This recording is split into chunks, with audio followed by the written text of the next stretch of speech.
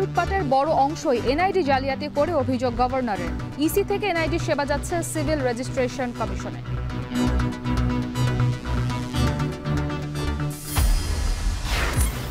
শিগগিরই দেশে ফিরবেন বেগম খালেদা জিয়া। চিকিৎসকদের অনুমতির অপেক্ষা।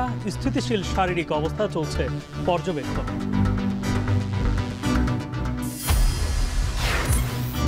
জাতীয় ও গণপরিষদ নির্বাচন একসাথে করার দাবি এনসিপির। রাজনৈতিক দলের সঙ্গে আলোচনা করে সিদ্ধান্ত জানালেন উপদেষ্টা রিজওয়ানা। গুমের শিকার ৩৩০ ব্যক্তির ভাগ্য অনিশ্চিত। ব্যক্তির দায়ে দোষী হবে না আইন শৃঙ্খলা বাহিনী, জানালো কমিশন। এভাবে খাতুনগঞ্জকে কেন অপবাদ দেওয়া হচ্ছে? খাতুনগঞ্জের বোতলজাত ব্যবসা নাই। শিপমেন্টের কারণে 1 মাস ধরে উনি মাল ডেলিভারি করাতে পারে নাই। চাহিদার চেয়ে লাখ টন বেশি আমদানির পরও ভোজ্য তেলের সংকট। দু একটি বড় কোম্পানি ব্যবসা গুটিয়ে নেওয়ার খোড়া যুক্তি ব্যবসায়ীদের।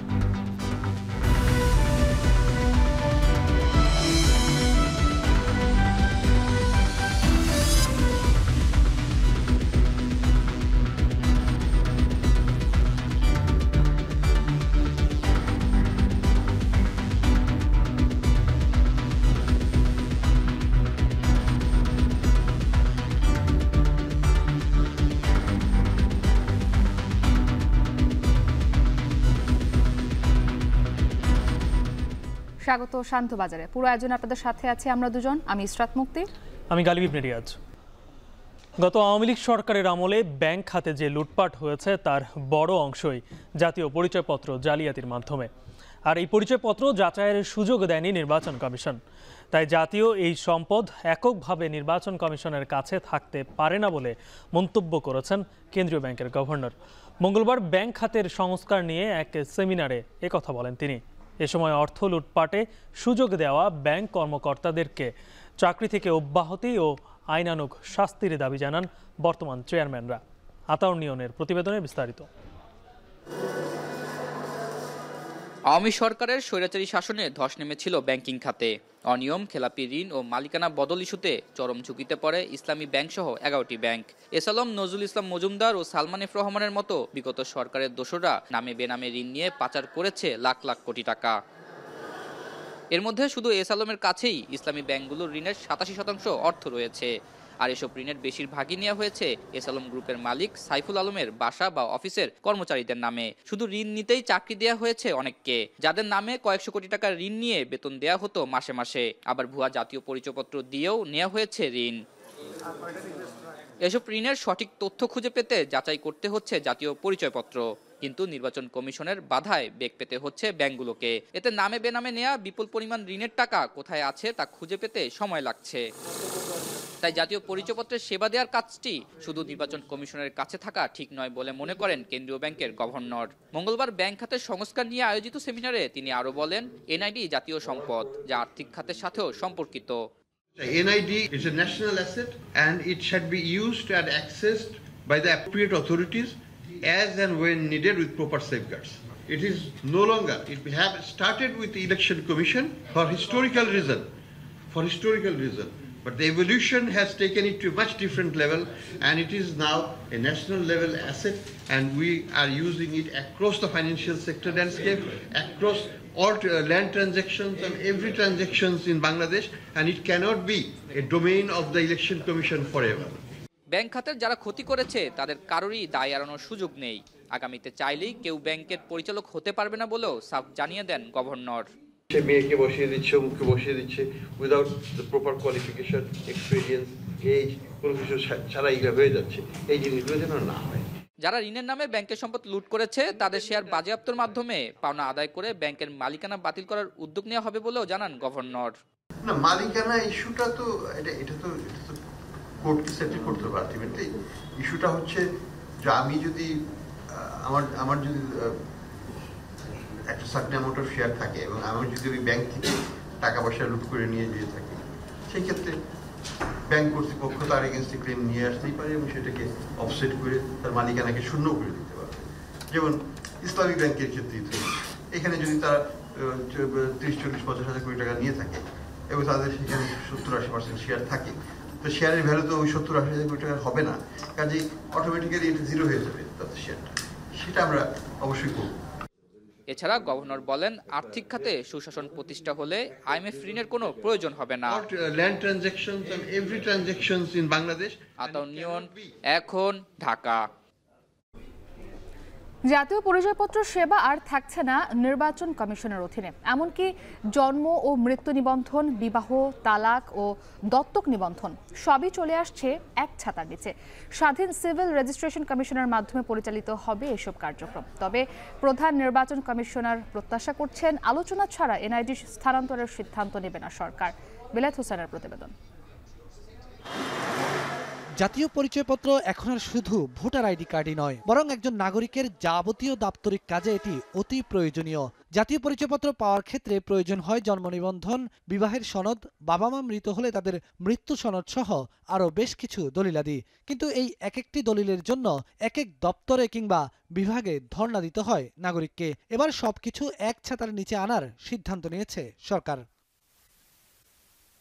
জাতীয় পরিচয় নিবন্ধন আইন 2023-এর মাধ্যমে এনআইডি সেবা স্বরাষ্ট্র মন্ত্রণালয়ের অধীনে নিয়ে যাওয়ার যে সিদ্ধান্ত হয়েছে তা বাতিল করে দেয় অন্তর্বর্তী সরকার। সংস্কার কমিশনের প্রস্তাব অনুযায়ী গঠন করা হয় সিভিল রেজিস্ট্রেশন কমিশন। স্বাধীন এই কমিশনের অধীনে থাকবে এনআইডি, জন্ম ও মৃত্যু নিবন্ধন, বিবাহ, তালাক ও দত্তক নিবন্ধন, স্বাস্থ্যসেবা এবং শিক্ষার তথ্য উপাত্ত সার্বিক সমন্বয়ের কাজ। সিভিল রেজিস্ট্রেশন কমিশন অধ্যাদেশ 2025-এর 11-এর খ উপধারায় বলা হয়, জাতীয় পরিচয় নিবন্ধন কার্যক্রম পরিচালনা, পরিচয়পত্র প্রস্তুতকরণ, বিতরণ এবং রক্ষণাবেক্ষণ করবে স্বাধীন এই কমিশন। অর্থাৎ এনআইডি সেবা আর থাকছে না নির্বাচন কমিশনের অধীনে। তবে মঙ্গলবার ইসি সচিব জানান, এনআইডি হস্তান্তর প্রক্রিয়া সম্পর্কে জানে না নির্বাচন কমিশন। এনআইডি নির্বাচন কমিশন সচিবালয়ের থেকে নিয়ে যাওয়ার কোনো প্রক্রিয়া সম্পর্কে আমি কিছু স্পষ্ট করে জানি না। এনআইডির কাঠামোগত অবস্থানটা আরও একটু ব্যাপ্ত করার জন্য, স্প্রেডটা আরও একটু বাড়ানোর জন্য কী ব্যবস্থা নেওয়া যেতে পারে, এটার ব্যাপারে ক্যাবিনেট ডিভিশন একটা উদ্যোগ নিয়েছে। সেই ক্যাবিনেট ডিভিশনে এই জিনিসটা আলোচনা চলছে এবং এইটুকুই আমার কাছে তথ্য। কাজে এর বাইরে আমার এই মুহূর্তে কোনো কিছু বলার অবকাশ নেই। পরে এ বিষয়ে গণমাধ্যমের সঙ্গে কথা বলেন প্রধান নির্বাচন কমিশনার। জাতীয় পরিচয়পত্রকে নির্বাচন কমিশনের অধীনেই রাখা উচিত বলে মনে করেন তিনি। যেখানে ভোটার রেজিস্ট্রেশন একটা প্রক্রিয়া চলছে, মাঠে আমার হাজার হাজার লোক কাজ করছে, আমার সামনে একটা ইলেকশন আছে, ন্যাশনাল ইলেকশন, যারা প্রস্তুতি নিচ্ছে, এই মুহূর্তে তড়িঘড়ি করে কোনো সিদ্ধান্ত হবে বলে আমি অন্তত মনে করছি না। সরকার নির্বাচন কমিশনের সাথে আলোচনা না করে কোনো এই ধরনের একটা মেজর সিদ্ধান্ত নেবে না বলে আমার বিশ্বাস। তবে সংশ্লিষ্টরা বলছেন, সকল নাগরিক সেবা এক ছাতারে নিয়ে আসার এই উদ্যোগে হয়রানি কমে আসবে জনগণের। বিলাত হোসেন, এখন, ঢাকা। চিকিৎসকরা অনুমতি দিলে শীঘ্রই দেশে ফিরবেন বিএনপি চেয়ারপারসন বেগম খালেদা জিয়া। বিষয়টি জানান বিএনপির স্থায়ী কমিটির সদস্য ও খালেদা জিয়ার ব্যক্তিগত চিকিৎসক ডাক্তার AZM জাহিদ হোসেন। সোমবার রাতে লন্ডনে জিয়া পরিষদ ইউকে আয়োজিত সভা ও ইফতার মাহফিলে সাংবাদিকদের সাথে আলাপকালে এ কথা বলেন ডক্টর জাহিদ হোসেন। তিনি আরও বলেন, খালেদা জিয়ার শারীরিক অবস্থা এখন স্থিতিশীল, তবে চিকিৎসকরা নিয়মিত পর্যবেক্ষণে রাখছেন তাকে। পরিবারের সাথে থাকায় তার মানসিক স্বাস্থ্যের উন্নতি হয়েছে, যা শারীরিক সুস্থতায় সহায়ক হিসেবে কাজ করছে বলেও জানান ডাক্তার জাহিদ হোসেন। এখন পর্যন্ত আলহামদুলিল্লাহ আগের চেয়ে ওনার শারীরিক অবস্থা অনেকটা স্থিতিশীল আছে, মানসিকভাবে অনেকটা আগের চেয়ে বেশি সুস্থ আছেন এবং এই মানসিক সুস্থতাই ওনার শারীরিক সুস্থতাকে আরও বেশি বাড়িয়ে দিচ্ছে। উনি দেশের মানুষকে ভালোবাসেন এবং খুব শীঘ্রই চিকিৎসকরা যখনই বলবেন উনি দেশে ফেরত যাবেন ইনশাআল্লাহ। গণপরিষদ নির্বাচনের মাধ্যমে একটি নতুন সংবিধান ও প্রকৃত গণতন্ত্র ফিরে আসতে পারে। তাই আগামী জাতীয় নির্বাচন গণপরিষদ ও সংসদ নির্বাচন হিসেবে গণ্য হতে পারে বলে মনে করেন নাহিদ ইসলাম। রাষ্ট্র গঠনে দেশের মানুষের সমর্থনের পাশাপাশি আগামী নির্বাচনের আগে জুলাই হত্যাকাণ্ডের জন্য শেখ হাসিনার ফাঁসি দাবি করেন দলটির নেতারা। রায়েরবাজারে 24-এর শহীদদের কবর জিয়ারত ও জাতীয় স্মৃতিসৌধে শ্রদ্ধা নিবেদন শেষে এ কথা বলেন তারা। হুমায়ুন কবিরকে সাথে নিয়ে নাজমুস সাকিবের প্রতিবেদন। জাতীয় স্মৃতিসৌধে ফুল দিয়ে মহান মুক্তিযুদ্ধের শহীদদের প্রতি শ্রদ্ধা জানানোর মধ্য দিয়ে সাংগঠনিক কার্যক্রম শুরু করল জুলাই গণঅভ্যুত্থানে নেতৃত্ব দেওয়া ছাত্র জনতাকে নিয়ে গঠিত নতুন রাজনৈতিক দল জাতীয় নাগরিক পার্টি। দলের আহ্বায়ক নাহিদ ইসলাম বলেন, শুধু সরকার পরিবর্তন নয়, শাসন কাঠামো সহ সাংবিধানিক পরিবর্তনের মাধ্যমে নতুন বাংলাদেশ গড়তে চায় তাদের দল। পাশাপাশি জুলাই গণহত্যার বিচারের মাধ্যমে আওয়ামী লীগের ফয়সালা দেশের মাটিতে হবে বলে জানান নাহিদ ইসলাম। যে গণহত্যার বিচার দ্রুত সময়ের মধ্যে কার্যকর দেখতে চাই এবং বিচারিক প্রক্রিয়ার মাধ্যমে আওয়ামী লীগের রাজনৈতিক ফয়সালা এই বাংলার মাটিতে করতে হবে। এ সময় রাষ্ট্র গঠনে দেশের মানুষের সমর্থন প্রত্যাশা করেন এনসিপির সদস্য সচিব আখতার হোসেন। সারা দেশ থেকে অনেক মানুষ আমাদের সঙ্গে যুক্ত হতে চাচ্ছেন। অল্প সময়ের মধ্যে সারা দেশের সকল জেলায়, সকল উপজেলায় জাতীয় নাগরিক কমিটি তাদের কর্মপরিধি এবং বিস্তৃতি করতে সক্ষম হবে বলে আমরা আশাবাদী। পরে প্রায় কয়েকশো নেতাকর্মী নিয়ে বাস যোগে সাভার থেকে রায়ের বাজার কবরস্থানে আসেন তারা। জুলাই গণঅভ্যুত্থানে শহীদদের কবর ঘুরে ঘুরে দেখেন তারা। জিয়ারতের মধ্য দিয়ে শহীদদের জন্য দোয়া শেষে আগামী সুন্দর বাংলাদেশের জন্য প্রার্থনা উঠে আসে তাদের কণ্ঠে। নেতাদের বক্তব্যে উঠে আসে জুলাই হত্যাকাণ্ডের বিচারের জন্য প্রয়োজনে ট্রাইব্যুনাল বাড়ানোর কথা। এছাড়াও আগামী জাতীয় নির্বাচনের আগেই শেখ হাসিনাকে দেশে ফিরিয়ে এনে বিচারের মুখোমুখি করার দাবিও তাদের। যেই খুনির নির্দেশে আমার এই ভাইগুলোকে হত্যা করা হলো, সেই খুনির বিচার না দেখা পর্যন্ত কিভাবে এই বাংলাদেশে আমরা অন্য কিছু চিন্তা করি? শহীদদের পরিবারের বিচার নিশ্চিত না করা হয়, দ্রুততম সময়ের মধ্যে আওয়ামী লীগের বিচার নিশ্চিত করা না হয়, এই কান্না ক্রোধে পরিণত হবে। এবং এই সরকার আমরা দেখতে পাচ্ছি যে বিচার এটা হচ্ছে খুবই, আমরা কোনো দৃশ্যমান বিচার প্রক্রিয়া এখনো পর্যন্ত দেখতে পাচ্ছি না। এ সময় জুলাই অভ্যুত্থানকে ধারণ করতে জাতীয় নাগরিক কমিটির কর্মসূচি উল্লেখ করে নাহিদ ইসলাম বলেন, গণপরিষদ নির্বাচনের মাধ্যমে একটি নতুন সংবিধান ও প্রকৃত গণতন্ত্র ফিরে আসতে পারে। গণপরিষদ নির্বাচনের মাধ্যমে একটি নতুন একটি সংবিধান একটি প্রকৃত গণতন্ত্রে উত্তরণ হইতে আমাদের সহায়তা করবে। সেই জায়গায় আমাদের দাবি তো আমরা বলেছি যে সামনের যে জাতীয় নির্বাচন সেটি গণপরিষদ নির্বাচন এবং একই সাথে সংসদ নির্বাচন আকারে করা যেতে পারে, সেই দাবিটাই আমরা জানাচ্ছি। এবং এই দাবির এটার ফলেই কেবলমাত্র আমাদের যে পুরনো শাসন কাঠামো এবং সংবিধান সেটি পরিবর্তন করে আমরা নতুন বাংলাদেশ বিনির্মাণ করতে। নাজমুস সাকিব, এখন, ঢাকা। অভিন্ন গণপরিষদ ও জাতীয় নির্বাচন হবে কিনা সব রাজনৈতিক দলের সঙ্গে কথা বলে ঐকমত্যের ভিত্তিতে সেই সিদ্ধান্ত নেবে সরকার। উপদেষ্টা পরিষদের বৈঠক শেষে বিকেলে রাজধানীর বেইলি রোডে ফরেন সার্ভিস একাডেমিতে সংবাদ সম্মেলনে এই কথা জানান পরিবেশ উপদেষ্টা সৈয়দা রিজওয়ানা হাসান। উপদেষ্টা আরও জানান, বাজারের চেয়ে কম দামে বাংলাদেশকে এলএনজি দেবে সৌদি আরব। সরকার সকল রাজনৈতিক দলের সাথেই কথা বলবে। নির্বাচন গণপরিষদ হবে নাকি সংসদ হবে নাকি স্থানীয় হবে নাকি অন্য কিছু হবে, এগুলো তো সরকার নিশ্চয়ই রাজনৈতিক দলগুলোর সাথে কথা বলে ঐক্যমতের ভিত্তিতেই করবে। আর এক একটা রাজনৈতিক দল তার এক এক ধরনের কর্মসূচি, সে তার কর্মসূচি অনুযায়ী কথা বলবে, এটা তো সরকারের বিষয় না। অন্তর্বর্তী সরকারের উপদেষ্টা পরিষদে যুক্ত হচ্ছেন ঢাকা বিশ্ববিদ্যালয়ের সাবেক অধ্যাপক CR আবরার। কাল সকাল 11টায় বঙ্গভবনের শপথ নেবেন তিনি। আন্তর্জাতিক সম্পর্ক বিভাগের সাবেক অধ্যাপক ডক্টর চৌধুরী রফিকুল আবরার শরণার্থী ও শ্রম অভিবাসন বিশেষজ্ঞ। এর আগে তিনি সবশেষ নির্বাচন কমিশন গঠনে সার্চ কমিটিতে যুক্ত ছিলেন। 1979 সাল থেকে টানা 4 দশক ধরে ঢাকা বিশ্ববিদ্যালয়ে অধ্যাপনা করেছেন CR আবরার। আন্তর্জাতিক সম্পর্কের খ্যাতিমান এই অধ্যাপক শরণার্থী ও অভিবাসন বিষয়ক প্রতিষ্ঠান refugee and migratory movements research unit রামরুর প্রতিষ্ঠাতা সমন্বয়ক। দুপুরে রাজধানীর ফরেন সার্ভিস একাডেমিতে এক ব্রিফিংয়ে প্রধান উপদেষ্টার প্রেস সচিব জানান, শিক্ষা মন্ত্রণালয়ের দায়িত্ব পেতে যাচ্ছেন CR আবরার। বর্তমানে পরিকল্পনার পাশাপাশি শিক্ষা মন্ত্রণালয়ের দায়িত্ব পালন করছেন ডক্টর ওয়াহিদউদ্দিন মাহমুদ।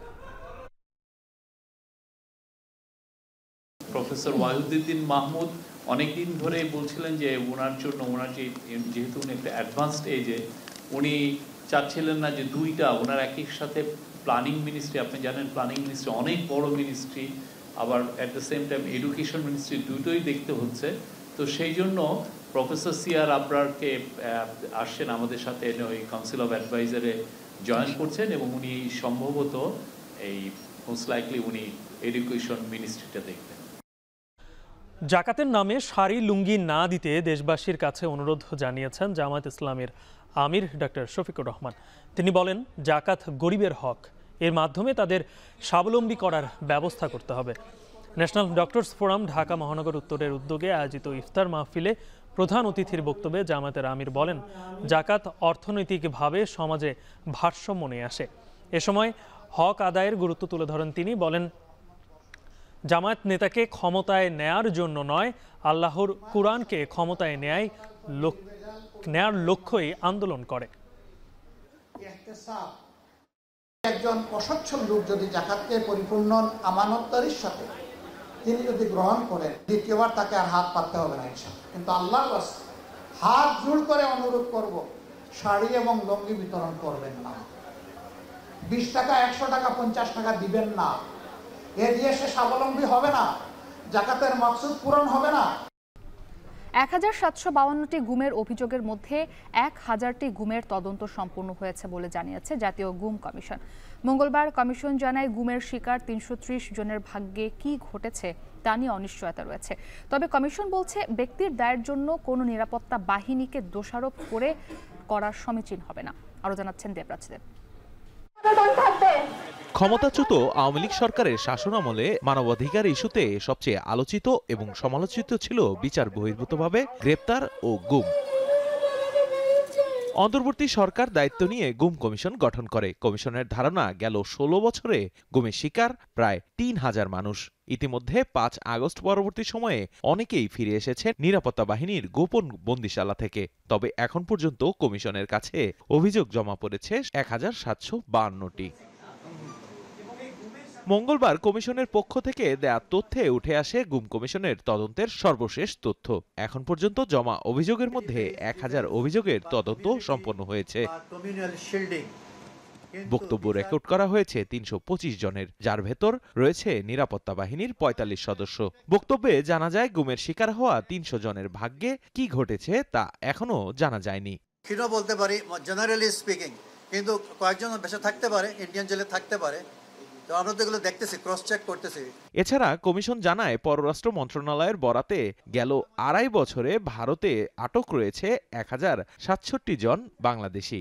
তবে তারা সবাই গুমের শিকার হয়েছিল কিনা তা তদন্তের বিষয় বলে জানানো হয়।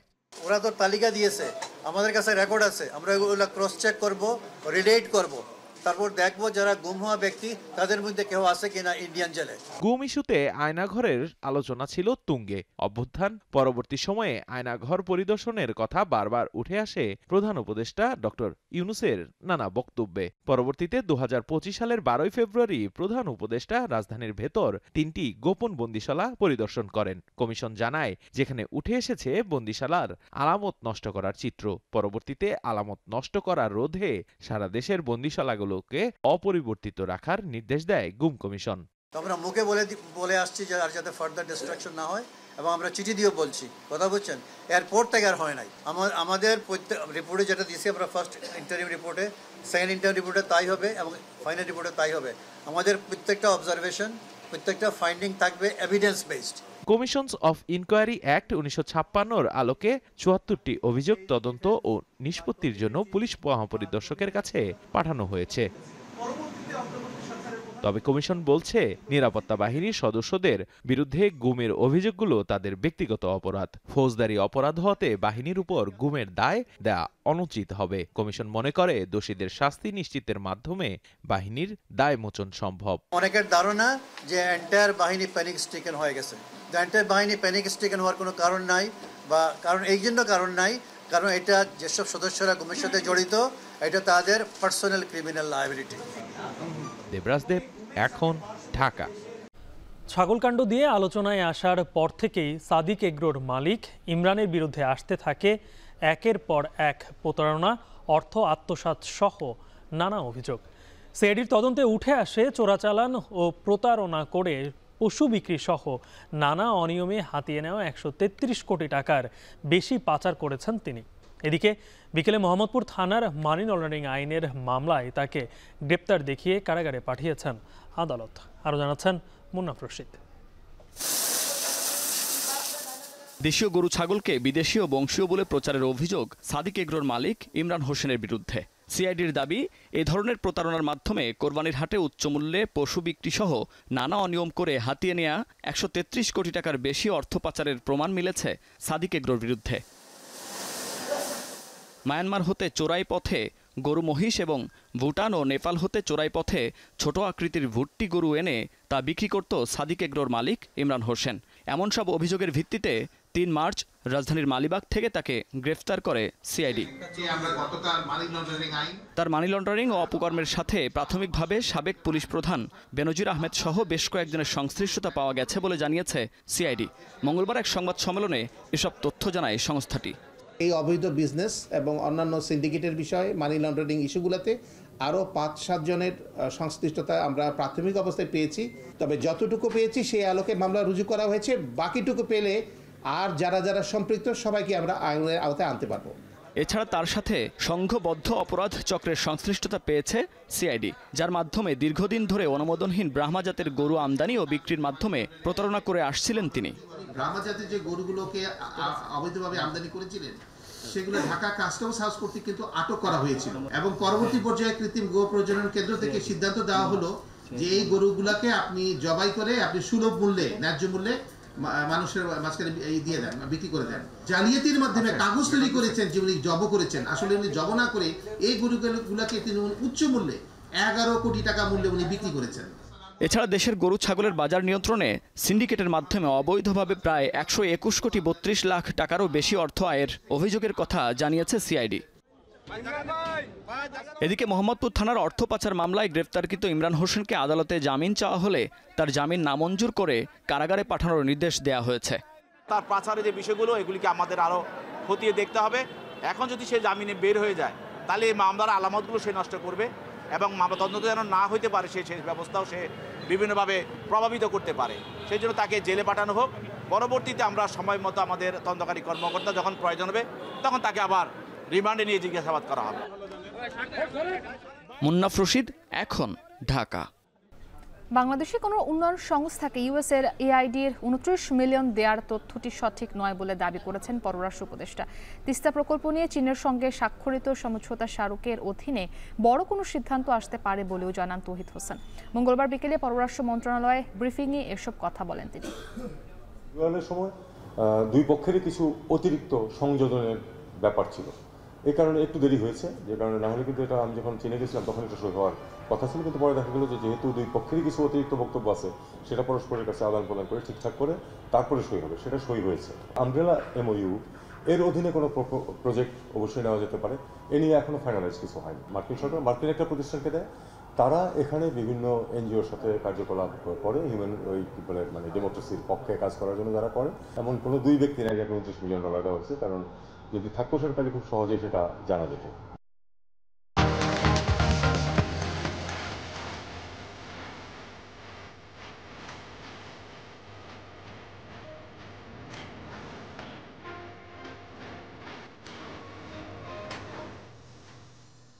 রোজার শুরু থেকেই আনাগোনা বেড়েছে ঈদ বাজারে। ক্রেতার চাহিদা মাথায় রেখে দেশি বিদেশি নানা ধরনের পোশাক নিয়ে এসেছেন দোকানগুলো। ভিড় এড়িয়ে পছন্দের পোশাক কিনতে অনেক ক্রেতাই আগে ভাগে আসছেন বিভিন্ন শোরুমে। বিক্রেতারা বলছেন সামনের দিনগুলোতে বিক্রি আরও বাড়বে। রোজার তৃতীয় দিনে বিভিন্ন মার্কেট ঘুরে ঈদের কেনাকাটার খবর জানাচ্ছেন মাঝার ইমন। রোজার তৃতীয় দিনে এই চিত্র রাজধানীর গাউসিয়া মার্কেটের। ঈদকে ঘিরে এই বিপণী বিতান ও আশপাশের প্রতিটি দোকানেই দেখা যায় ক্রেতার বাড়তি সমাগম। ক্রেতারা বলছেন রোজার শেষ দিকে ভিড়ে চিড়েচ্যাপ্টা হতে চান না, তাই স্বাচ্ছন্দ্যে পছন্দের পোশাক কিনতে আগেভাগে মার্কেটে আসা। গরম আবহাওয়ার কারণে ক্রেতাদের পছন্দের শীর্ষে রয়েছে সুতি কাপড়ের পোশাক। প্রচুর ভিড় হবে, দামের জিনিসেরও দাম বেড়ে যাবে, বাচ্চা কাচ্চা নিয়ে মার্কেটে ঢোকাও যাবে না, এই জন্য আগে চলে আসছি। আমার জন্য শার্ট কিনতে পারি এবং আমার বোনের জন্য 3 পিস বা গাউন কিনতে পারি। ঈদ যত ঘনিয়ে আসবে বিক্রি তত বাড়বে আশাবাদ জানান বিক্রেতারা। বলেন প্রতিবারের মতো এবারও ক্রেতাদের চাহিদাকে গুরুত্ব দিয়ে বাজারে এসেছে নতুন পোশাক। বাচ্চাদের আইটেমগুলো একটু বেশি চলে, কারণ বাচ্চাদের তো চাহিদা ভালো, বাচ্চাদের নিজেরটা না কেনাকাটা করলে বাচ্চারটা কেনাকাটা করে। 5,000 পর থেকে বেড়ে যাবে, একদম মনে করেন 26,000 পর্যন্ত একটানা কন্টিনিউ ভালো চলবে। এদিকে পরিবার পরিজন নিয়ে বিভিন্ন ব্র্যান্ডের শোরুমেও দেখা যায় ক্রেতার উপস্থিতি। দাম ও মানের সমন্বয়ে ঈদ পোশাক কিনছেন তারা। একটু আগে চলে আসছি এই কারণে যে আগে গেলে দামটা একটু কম পাওয়া যাবে, এই জন্যই মূলত একটু আগে চলে আসছি। শপিং মলের মতো ঈদ বাজারের কেনাকাটা শুরু হয়েছে রাজধানীর ফুটপাতের দোকানগুলোতেও, যেখানে ভিড় করছেন মধ্য ও নিম্ন আয়ের মানুষেরা। মাঝার ইমন, এখন, ঢাকা।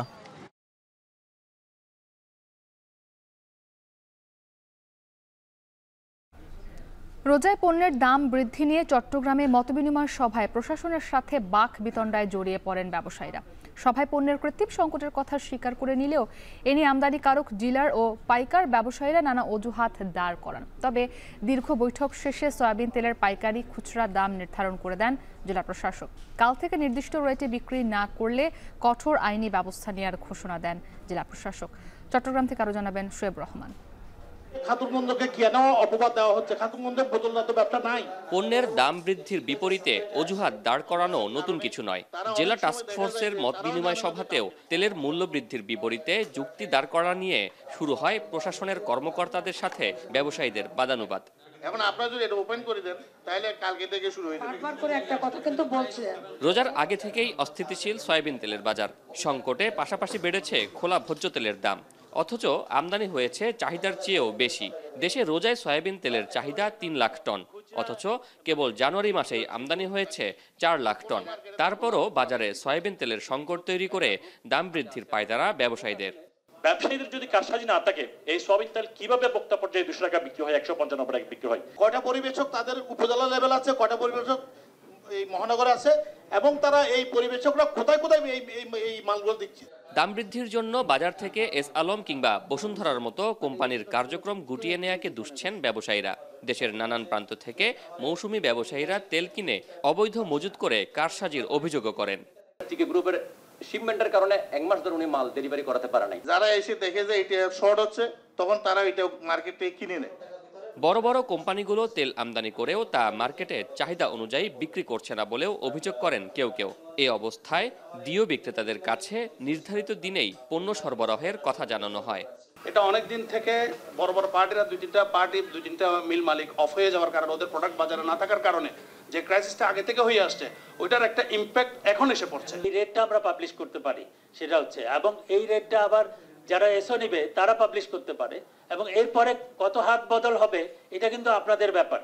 দীর্ঘ প্রায় 3 ঘন্টারও বেশি সময় বৈঠকের পর বুধবার থেকে মিলগেটে 153, পাইকারিতে 155 এবং খুচরায় 160 টাকায় তেল বিক্রির সিদ্ধান্তে সম্মত হন সবাই। এই সিদ্ধান্ত আগামী 10 এপ্রিল পর্যন্ত কার্যকর থাকবে বলেও সভায় সিদ্ধান্ত হয়। ইম্পোর্টারদের রেট 153 টাকা পার লিটার, আপনারা যারা ট্রেডার্স আছেন 155 পার লিটার, আর বাইরে যারা বিক্রি করবে খুচরা মূল্য 160 টাকা পার লিটার। তবে কেউ চাইলে এটা নিচে বিক্রি করতে পারবেন, এটা ক্রস করা যাবে না এই সিলিং। আর এটা আগামী রমজান মাস পর্যন্ত চলবে। সিদ্ধান্ত অমান্যকারীদের বিরুদ্ধে মাঠে নামবে প্রশাসন। বর্তমানে চট্টগ্রামের বাজারে খোলা সয়াবিন তেল বিক্রি হচ্ছে লিটার 195 থেকে 200 টাকায়। শোয়েব রহমান, এখন চট্টগ্রাম। বিতর্কের মুখে জুলাই আগস্ট অভ্যুত্থানে হতাহতদের পরিবারের সন্তানদের সরকারি বিদ্যালয় ভর্তির ক্ষেত্রে 5% কোটার আদেশ বাতিল করেছে শিক্ষা মন্ত্রণালয়। তবে কোটার স্থলে নতুন করে প্রতি শ্রেণীতে একটি করে আসন বেশি রাখার নির্দেশনা দেওয়া হয়েছে। সোমবার পূর্বের আদেশ বাতিল করে নতুন এই আদেশ জারি করা হয়। নতুন আদেশে বলা হয়, 2024 সালের জুলাই আগস্ট মাসে অভ্যুত্থানে আহত ও শহীদ পরিবারের সদস্যদের সরকারি মাধ্যমিক বিদ্যালয়ে ভর্তির বিষয়ে গত 20 ফেব্রুয়ারি 2025 তারিখে জারিকৃত আদেশ বাতিল করে নতুন আদেশ জারি করা হলো। নতুন আদেশ অনুযায়ী আহত ও শহীদ পরিবারের সদস্যদের সরকারি মাধ্যমিক বিদ্যালয়ে লটারির মাধ্যমে ভর্তির জন্য নির্ধারিত আসন সংখ্যার অতিরিক্ত প্রতি শ্রেণীতে একজন করে ভর্তির জন্য আসন সংরক্ষিত থাকবে। এর আগে গেল 2 মার্চ জারি করা একটি আদেশে বলা হয়, মুক্তিযোদ্ধা কোটার মতো 2024 সালের জুলাই আগস্ট অভ্যুত্থানে আহত ও নিহতদের পরিবারের সন্তানদের সরকারি বিদ্যালয়ে ভর্তির ক্ষেত্রে 5% কোটা পাবে। খুলনায় সাবেক ভূমিমন্ত্রী ও খুলনা 5 আসনের সংসদ সদস্য নারায়ণ চন্দ্র চন্দ ও তার স্ত্রী উষা রানী চন্দের বিরুদ্ধে দুর্নীতি দমন কমিশন 2টি মামলা দায়ের করেছে। সোমবার দুদকের মহাপরিচালক আক্তার হোসেন গণমাধ্যমে এই তথ্য জানান। আওয়ামী লীগের সরকারের সাবেক মন্ত্রী নারায়ণ ও তার স্ত্রীর বিরুদ্ধে জ্ঞাত আয় বহির্ভূত 2,42,11,000 টাকার সম্পদ অর্জনের অভিযোগ পাওয়া গেছে। তার স্ত্রী উষা রানী চন্দ জ্ঞাত আয়ের উৎসের সঙ্গে অসঙ্গতিপূর্ণ 62,43,000 টাকার সম্পদ অর্জন করেছেন। এই সম্পদ তারা নিজেদের দখলে রেখে দুর্নীতি করেছেন বলে মামলায় অভিযোগ করা হয়েছে। এছাড়া এছাড়া যশোর বিজ্ঞান ও প্রযুক্তি বিশ্ববিদ্যালয়ে সাবেক উপাচার্য অধ্যাপক আনোয়ার হোসেন, জীববিজ্ঞান বিভাগের অধ্যাপক ইকবাল কবির, অধ্যাপক সত্তার ও অধ্যাপক ফেরদৌসী আক্তারের বিরুদ্ধে শিক্ষক নিয়োগে অনিয়ম ও দুর্নীতির অভিযোগে মামলা করা হয়েছে। জনাব নারায়ণ চন্দ্র চন্দ, সাবেক মন্ত্রী, অসাধু উপায়ে নিজ নামে গাতোয়ায়ের উৎসের সাথে অসঙ্গতিপূর্ণ 1,79,00,000 টাকারও বেশি মূল্যের সম্পদ অর্জন করে নিজ মালিকানা ও বুক দখলে রাখার অপরাধ অনুসন্ধানকালে প্রাথমিকভাবে প্রমাণিত হয়েছে। এই কারণে তাঁর বিরুদ্ধে দুর্নীতি দমন কমিশন আইন 2004-এর সংশ্লিষ্ট ধারায় একটি মামলা রুজু হয়েছে। মধ্যরাতের রাজধানীর ধোলাইখাল এলাকায় জগন্নাথ বিশ্ববিদ্যালয়ের শিক্ষার্থীদের মারধরের ঘটনায় বিক্ষোভ মিছিল ও সমাবেশ করেছে শিক্ষার্থীরা। মঙ্গলবার দুপুরে বিশ্ববিদ্যালয় কেন্দ্রীয় জামে মসজিদ থেকে মিছিল বের হয়ে একাডেমিক ভবন, উপাচার্যের কার্যালয় সহ বিভিন্ন অনুষদ ভবন প্রদক্ষিণ করে স্বাধীনতা চত্বরে এসে শেষ হয়। পরে সমবেত হয়ে 8 শিক্ষার্থীর ওপর হামলাকারীদের বিচারের দাবি জানান তারা। এ সময় হামলায় নেতৃত্ব দেওয়া স্থানীয় বিএনপির নেতা শহীদুল হককে গ্রেপ্তারের দাবি জানায় শিক্ষার্থীরা।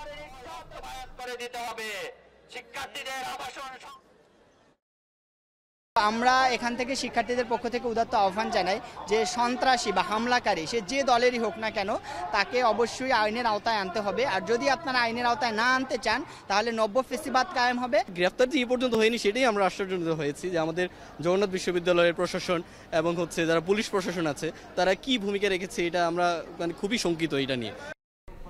একসময় বিদেশি প্রসাধনের চাহিদা বেশি থাকলেও এখন দেশি প্রসাধনের চাহিদা বেড়েছে কয়েক গুণ। তুলনামূলক কম দামে ভালো মানের দেশীয় প্রসাধনী বাজারে থাকায় তা কেনার দিকে ঝুঁকছেন ক্রেতারা। নোয়াখালী থেকে নাসিম শুভর প্রতিবেদন। রমজানে রোজা রাখার পাশাপাশি ঈদের কেনাকাটায় খুশির মাত্রা বেড়ে যায় বহুগুণ। শুরুতে কসমেটিক্স সামগ্রীর বেচাকেনা কম হলেও নিত্য নতুন কালেকশন নিয়ে দোকানে পসরা সাজিয়ে বসেছেন বিক্রেতারা। নোয়াখালীর বাজারে রমজানের শেষ সময়ে নতুন পোশাকের দোকানে ভিড় থাকলেও শুরু থেকেই অনেকে প্রিয়জনদের জন্য কসমেটিক্স সামগ্রী কিনে রাখেন। পাশাপাশি বাড়ে মেহেদির বেচাকেনা। এদিকে একসময় বিদেশি প্রসাধনীর চাহিদা বেশি থাকলেও এখন দেশীয় প্রসাধনী সেই বাজার দখল করেছে। বিক্রেতারা বলছেন কম দাম আর মানে ভালো হওয়ায় দেশীয় কসমেটিক্স পণ্য কিনতে স্বাচ্ছন্দ্য বোধ করছেন ক্রেতারা। মেহেদি বলেন যে কোনো জিনিস বলেন আস্তে আস্তে আরো দিন বাড়লে আস্তে আস্তে ক্রেতার সমাগম আরো বাড়বে। পর্যাপ্ত স্টক আছে এবং কাস্টমারের চাহিদাও আছে, সেখানে আমরা পর্যাপ্ত দিতে পারছি। Face powder, serum, shadow, perfume, hair gel, face প্যাকের চাহিদা সারা বছর থাকলেও রমজানে তা বিক্রি বেড়ে যায় কয়েক গুণ। খোলা বাজারে নকল বিদেশি পণ্যের মোড়কে থাকা প্রসাধনী বিক্রি করে ক্রেতাদের প্রতারিত না করে দেশীয় ব্র্যান্ডের প্রসাধনীর মাধ্যমে গ্রাহকের আস্থার জায়গা ধরে রাখেন ব্যবসায়ীরা। দেশি পণ্যই এখন বেশি চলতেছে। লাভলি, স্কয়ারের মাল এগুলো চলে ভালো। যাদের বাজেট কম তাদেরকে আমরা দেশি পণ্যগুলো আমরা সাজেস্ট করি। নোয়াখালীর 9টি উপজেলার 2 শতাধিক মার্কেট ও বিপণী বিতানে রমজানের এক মাসে প্রায় 20 কোটি টাকার প্রসাধনী সামগ্রীর বেচাকেনা হবে বলে জানান সংশ্লিষ্টরা। এখন নোয়াখালী। মালয়েশিয়ায় প্রবাসীদের হয়রানি, নির্যাতন ও দুর্নীতির অভিযোগে একটি আউটসোর্সিং কোম্পানির বিরুদ্ধে বাংলাদেশ হাই কমিশন প্রাঙ্গণে অবস্থান কর্মসূচি পালন করেছেন প্রবাসীরা। এক্সপার্ট সার্ভিসেস কুয়ালালামপুর নামে আউটসোর্সিং এই কোম্পানির বিরুদ্ধে বাংলাদেশিদের তথ্য পাচার, হয়রানি ও নির্যাতনের অভিযোগ তোলেন প্রবাসী বাংলাদেশিরা। একই সঙ্গে প্রতিষ্ঠানের দুর্নীতি ও অপকর্ম রক্ষায় জড়িত থাকার অভিযোগ উঠে আসে মালয়েশিয়া নিযুক্ত বাংলাদেশের high commissioner, deputy high commissioner ও পররাষ্ট্র সচিবের বিরুদ্ধে। প্রবাসীদের দাবি অবিলম্বে এই প্রতিষ্ঠান বন্ধ এবং হাই কমিশন থেকে দায়ী ব্যক্তিদের অপসারণ করতে হবে। আগামী 1 সপ্তাহের মধ্যে সরকারের পক্ষ থেকে ব্যবস্থা না নিলে আমরণ অনশন এবং দেশে রেমিটেন্স পাঠানো বন্ধ করে দেওয়ার হুঁশিয়ারি দিয়েছেন প্রবাসীরা।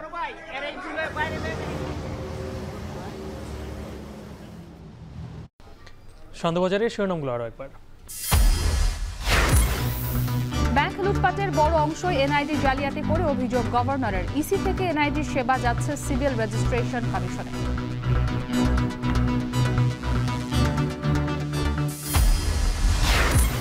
শীঘ্রই দেশে ফিরবেন বেগম খালেদা জিয়া, চিকিৎসকদের অনুমতির অপেক্ষা। স্থিতিশীল শারীরিক অবস্থা, চলছে পর্যবেক্ষণ।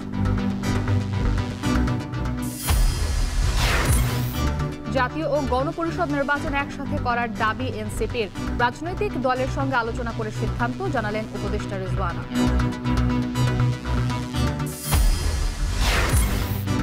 গুমের শিকার ৩৩০ ব্যক্তির ভাগ্য অনিশ্চিত। ব্যক্তির দায়ে দোষী হবে না আইন শৃঙ্খলা বাহিনী, জানালো কমিশন।